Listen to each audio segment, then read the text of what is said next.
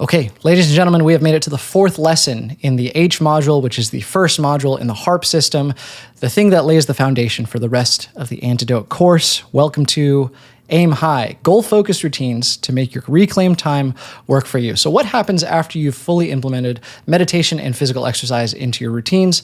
Well, all of a sudden you have a surplus of free time and anxiety-free living, which is awesome. And it's amazing to live in that. But it's what you do with that free time that really matters. And that's where goal-focused routines really comes into play. Goal-focused routines allow us to reclaim the time we've lost to our phone and channel it into growth. So this is a very key moment in your journey towards a more mindful existence and getting out of phone addiction. Once you make it, let's say, to the other side of being off your phone and being comfortable with that, now you have the opportunity to really channel your reclaimed time into something that makes a difference in your life and will continue to make a difference in your life as you continue forward. So here's the importance of setting goals. The time we reclaim from our phones has to go somewhere. Without goal-focused routines, it's inevitable that time will fall back into your phone. So again, this is a very specific and critical window of time where you need to take this time and find out how to make goals and systems that work for you. And that is something that I want to call out really quickly here. It is that systems are more important and should be prioritized more than achievements. Don't get me wrong, achievements are great and they're awesome to strive for, and we all need them. However, the goal should be creating systems that you can continually reference back to whenever you feel a low moment coming on or whenever you feel like you're a little bit out of place or unorganized. This is a James Clear quote that he relies on heavily throughout his book, Atomic Habits.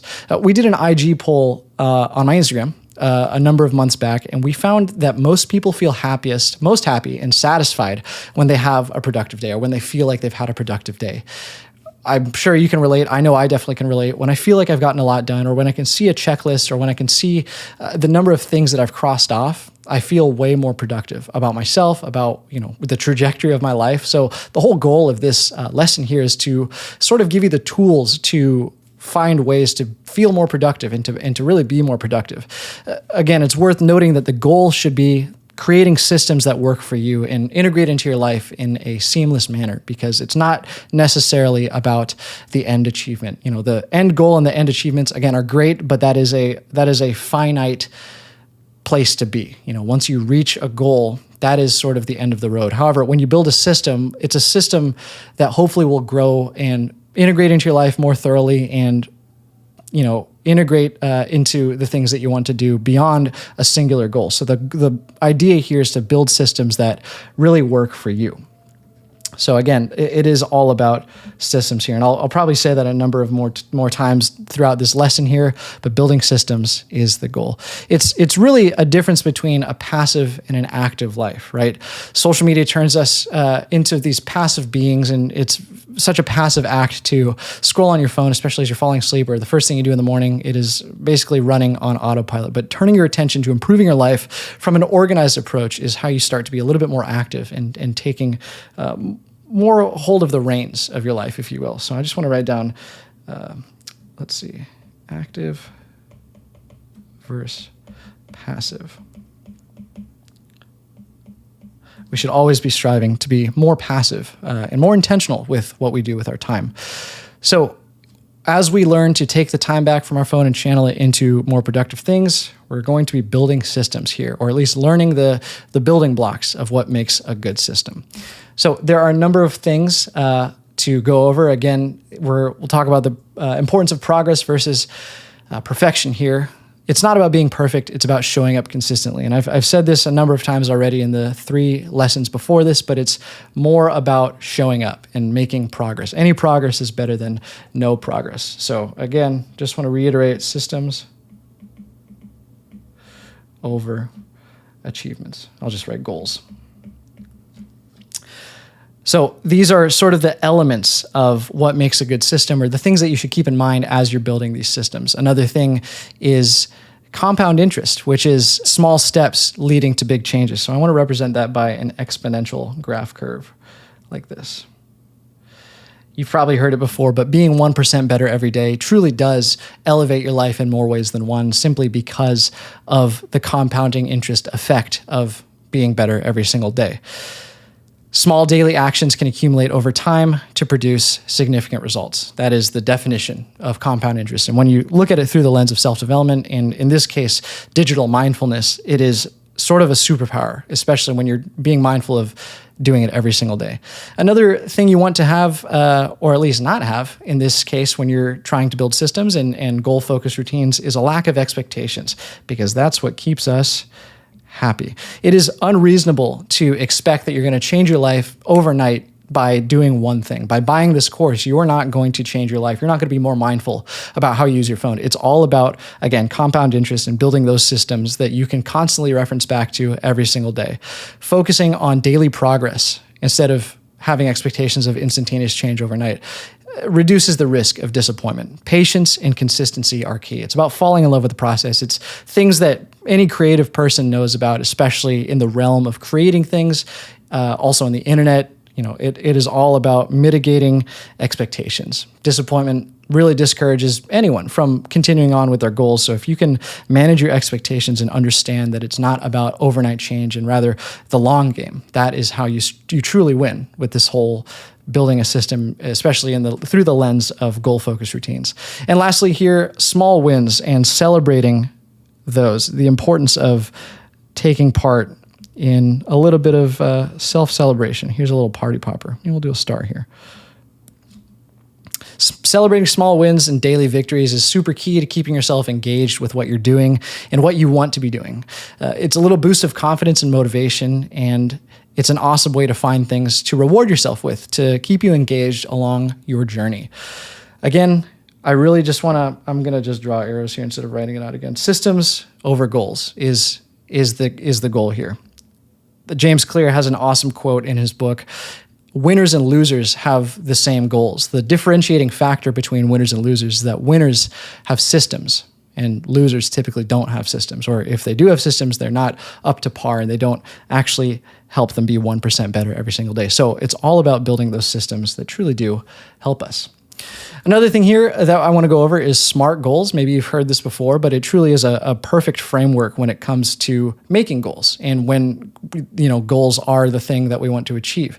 The SMART goal framework is an excellent place to start when formulating goals that are practical and achievable. So I want to go through them right now and just kind of write them out, and then we'll talk about them a little bit through the lens of digital mindfulness and how you might go about implementing the SMART goal framework into your life. So the first letter here stands for specific.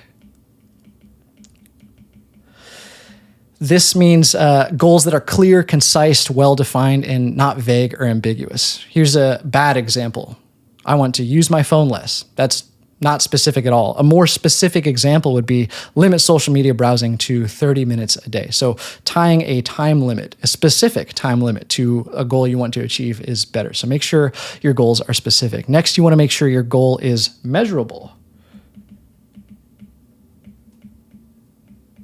So after you've nailed down the specificity of your goal, find a way to measure it. Goals have criteria for tracking progress. Here's an example. Spend 30 minutes on social media per day. That's a great start, but changing it to a thing that you can measure with screen time or tracking is the goal here. So 30 minutes is that measurable element there, and that's the variable that you want to be measuring. So just making sure you tie that to whatever goal you're going for. 30 minutes is just an example. You can change it to whatever you want.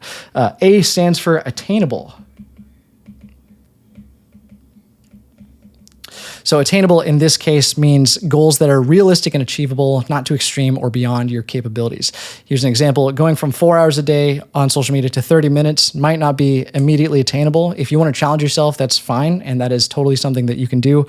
But if you start with a more achievable goal, like reducing it to 3 hours a day, which is a step in the right direction, is also fine. Remember, we're not trying to enact, immediate change overnight. Sometimes change, in fact, most times, change takes a long time and happens over the course of many days or many weeks or many months. So if you're trying to reduce your screen time, try to maybe reduce it in smaller steps. Going from 4 hours to 15 minutes a day is such a huge step. But if you reduce it from 4 hours to 3 hours or 2.5 hours, then you are stepping in the right direction. R stands for relevant, and that is just to make sure we're on the right track here. So that's RELEV.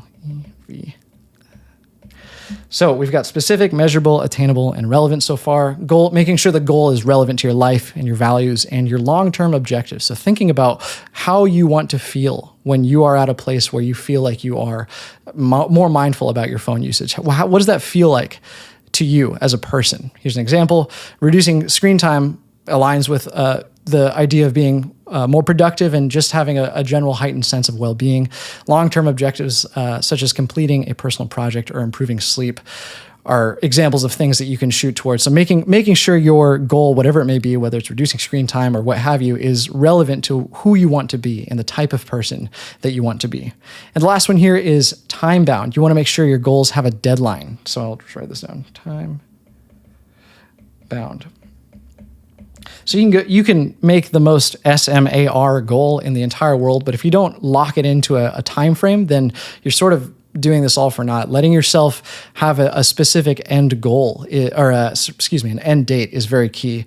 Goals that have a deadline foster a sense of urgency to prevent procrastination. An example, setting a date when you want to achieve your screen time goal. So reduce your screen time to 30 minutes of social media use by the end of the month. Again, super off the cuff example. It can be whatever makes the most sense for your life and your situation. So implementing the SMART goal framework is super key to making goals that actually work for you. And this is a perfect way to start reclaiming your time is making these goals. Remember, it's not necessarily about the goal itself, but it's about creating systems that help you accomplish long-term goals. This SMART goal framework is a system. So I feel like whenever I've made goals in the past, before I knew about the SMART goal framework, I just sort of wrote down a goal and that was it. I figured, again, I'll just brute force it and I'll just do what I can to make that goal happen. But the more and more you implement things that are specific, measurable, attainable, relevant, and time-bound to your goal, the more likely you are to get it done and feel good about getting it done. So take note of this and start implementing these today. We'll go over some of the questions in the guided journal after this. The next thing here is tips for tracking your progress. Tracking is such an amazing way to feel a little bit better and more encouraged, really, about the progress that you're making. So here are some practical strategies for tracking your progress on your goals. A huge way that I've implemented in the past is visual tracking, and I think that is probably maybe the only way that you should consider. And I just want to write down here, visual.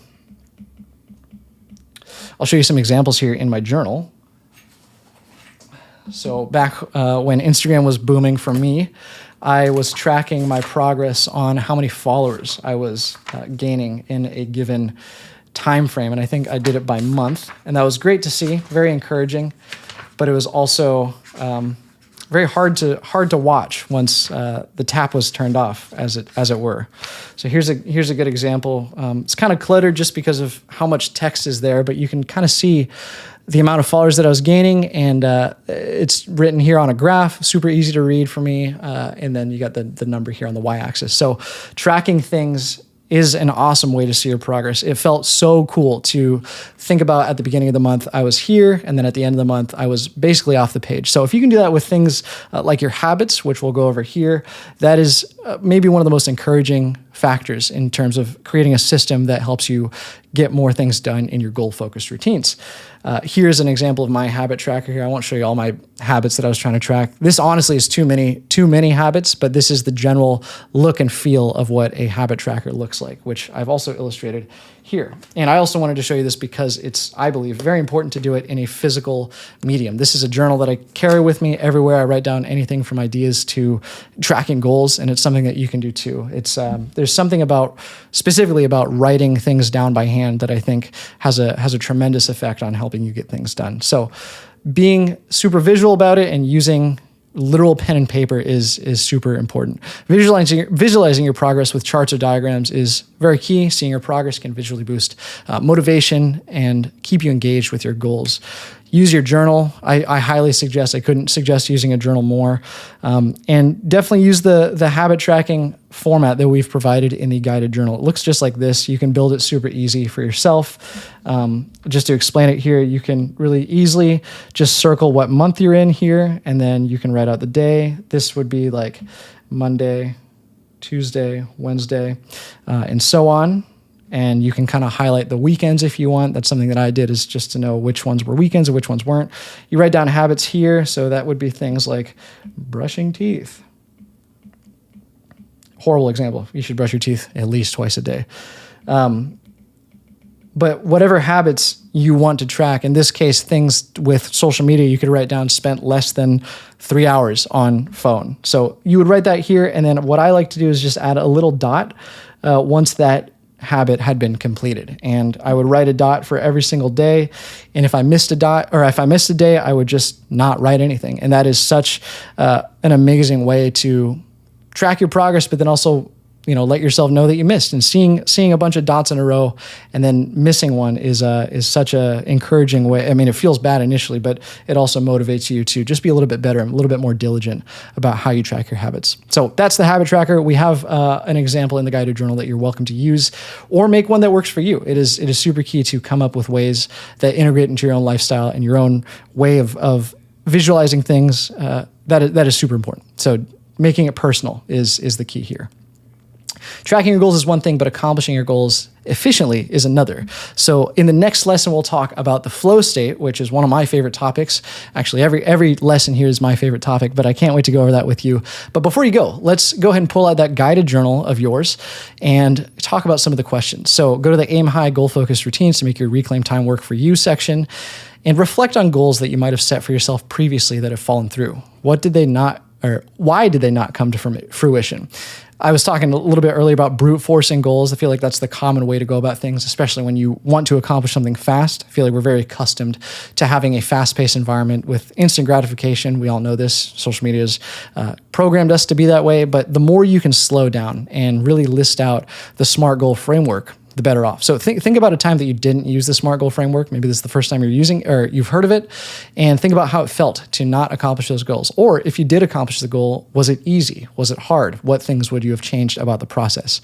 Next, we have the SMART goal template, which is awesome for you to practice filling out. So fill out the SMART goal template with a goal that will help you work towards something you want to accomplish. Maybe it's something related to screen time. Hopefully it is, because you're watching this course. But if it's not, fill it out in any way that you'd like, making sure things are specific and measurable and attainable and relevant, SMAR, and time-bound. So fill that out to your own liking right now in the journal. Next, envision yourself replacing screen time with working towards these goals on a daily basis. Describe how that scenario would feel and where you think you would be if you stuck with it for 3 months, 6 months, or even 1 year. So really just visualize what it's like to really implement the SMART goal framework into your life, and think about how you might feel in the future. It's obviously impossible to tell the future, but if you were to try to visualize how it feels, do that right now, and let that be a motivating factor as you move forward with goal-focused routines. And then lastly, use the habit tracker to track progress towards reducing screen time and building healthier habits. So whether or not you use the one in the journal or you recreate one in your own journal, it's very important, especially right now as we get to a point in your journey where you have an abundance of reclaimed time, to start putting these systems in place. And especially the habit tracker, visually seeing your progress is such an amazing way to stay motivated, not for anyone but you. So that was Aim High, the 4th lesson in the H module. I'm still so ecstatic that you're here, and I can't wait to begin talking about the next lesson, which is all about the flow state. So I'll see you there.